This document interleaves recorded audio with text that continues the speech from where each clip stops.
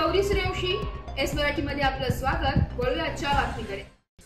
महाराष्ट्र शासनाच्या मुख्यमंत्री समृद्ध पंचायत राज अभियान व महत्त्वाकांक्षी उपक्रमांतर्गत प्रत्येक तालुक्यातील ग्रामपंचायतींनी केलेल्या उल्लेखनीय कामगिरीचे आता थेट मूल्यमापन होणार आहे।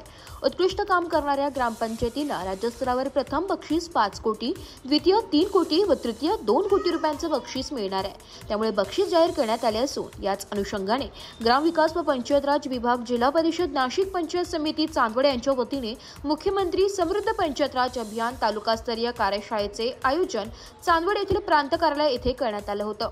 यावेळी आलेल्या मान्यवरांच्या हस्ते प्रतिमा पूजन व दीप प्रज्वलन करून कार्यक्रमाची सुरुवात करण्यात आली। तसेच आलेले प्रमुख अतिथी आमदार डॉक्टर राहुल आहेर यांचे पुष्पगुच्छ देऊन स्वागत करण्यात आले। यावेळी चांदवड पंचायत समितीचे गटविकास अधिकारी साबळे आमदार डॉक्टर राहुल आहेर यांनी मार्गदर्शन केले। चांदवड तालुक्यातील सर्व सरपंच व ग्रामसेवक या अभियानाला उपस्थित होते।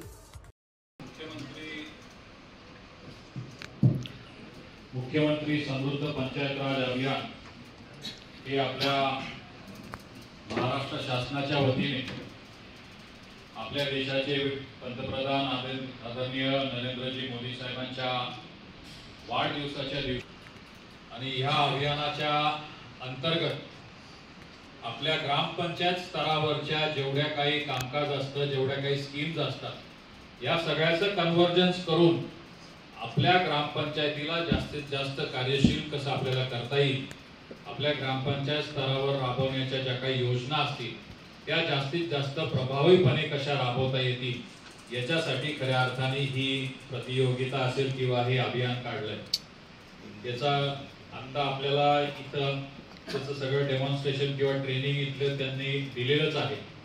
मागच्या काळातही मला वाटतं जिल्ह्याला ज्या दिवशी ही बैठक जिल्हास्तरीय झाली त्याच दिवशी आपल्याला इथं तालुकास्तरीय बैठक घ्यायची होती, पण जिल्ह्यावरनं निरोप आल्यामुळे सर्व अधिकाऱ्यांना आणि आपल्या सरपंच महोदयांना सर्वांना तिथं बोलवलं होतं।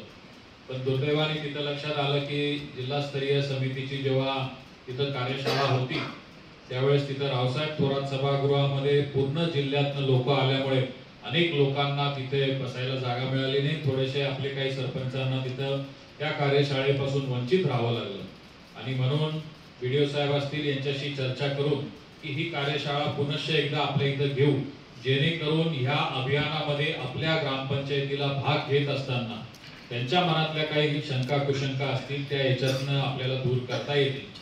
मला वाटतं प्रत्येक ग्रामपंचायतीला आपल्या सरपंचांकडे ही पुस्तिका तर दिलीच असेल, सगळ्यांकडे ही पुस्तिका आहे आणि ह्या पुस्तिकेमध्ये आपल्याला 31 डिसेंबर पर्यंत जे काही कामकाज आपण करू शकतो आणि त्या कामकाज केल्यानंतर आपल्याला किती गुण त्याच्यासाठी प्राप्त होऊ शकतात हे त्या पुस्तिकेमधनं आपल्याला जर अभ्यास केला तर आपल्याला कळेल।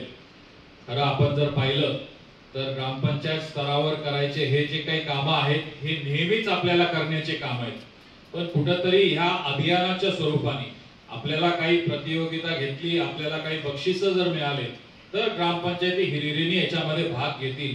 हा खऱ्या अर्थाने महाराष्ट्र शासनाचा याच्या मागचा उपक्रमाच्या मागचा हा मानस आहे आणि आदरणीय देवेंद्रजी फडणवीस साहेबांच्या नेतृत्वाखाली काम करत असताना ग्रामपंचायतीला जास्तीत जास्त बळकटी कशी देता येईल, आपल्या सामान्य माणसाला, शेतकऱ्याला, कष्टकऱ्याला, शेवटच्या माणसाला आपल्याला ह्या योजनांचा लाभ कसा देता येईल त्याच्यासाठी एक ना अनेक योजना आपलं शासन इथं आणत असतं। मागच्या काळामध्ये जेव्हा जलयुक्त शिवार अभियान हे लागवायचं होतं तेव्हा असंच आपल्याला लोकसहभाग असेल किंवा कन्व्हर्जन्स स्कीम्स मधनं आपण हे जलयुक्त शिवार अभियान अत्यंत प्रभावीपणे आपल्या तालुक्यामध्ये राबवलं। तसंच आता आपल्याला मुख्यमंत्री ग्राम समृद्ध पंचायत राज योजना किंवा हे अभियान आपण राबवत असताना आपला 15 वित्त आयोगामधनं करत असलेले आपले काही सर्व खर्च असतील, त्याचे जे कामकाज असतील, अनेक दाखले असतील, आपल्या जलसिंचनाचे कामं असतील, घनकचऱ्याच्या निचऱ्याची कामं असतील, हे एक ना अनेक कामं आपल्याला त्याच्यामध्ये घेता येतात। हे कामं आपण जर नीट वर्गवारी करून जर केले तर नक्कीच आपल्याला एक चांगला आउटकम त्याच्यातनं मिळेल। प्रतियोगिता किंवा अभियानामध्ये भाग घेणं हा एक भाग झाला, पण आपलं गाव आपल्याला जास्त योग्य प्रकारे, मला वाटतं गुड गव्हर्नन्सला पण त्याच्यामध्ये सर्वात जास्त मार्क आहे। सर्वात पहिला तुम्हाला तो पहिला जो कॅटेगरी ती गुड गव्हर्नन्सच आहे।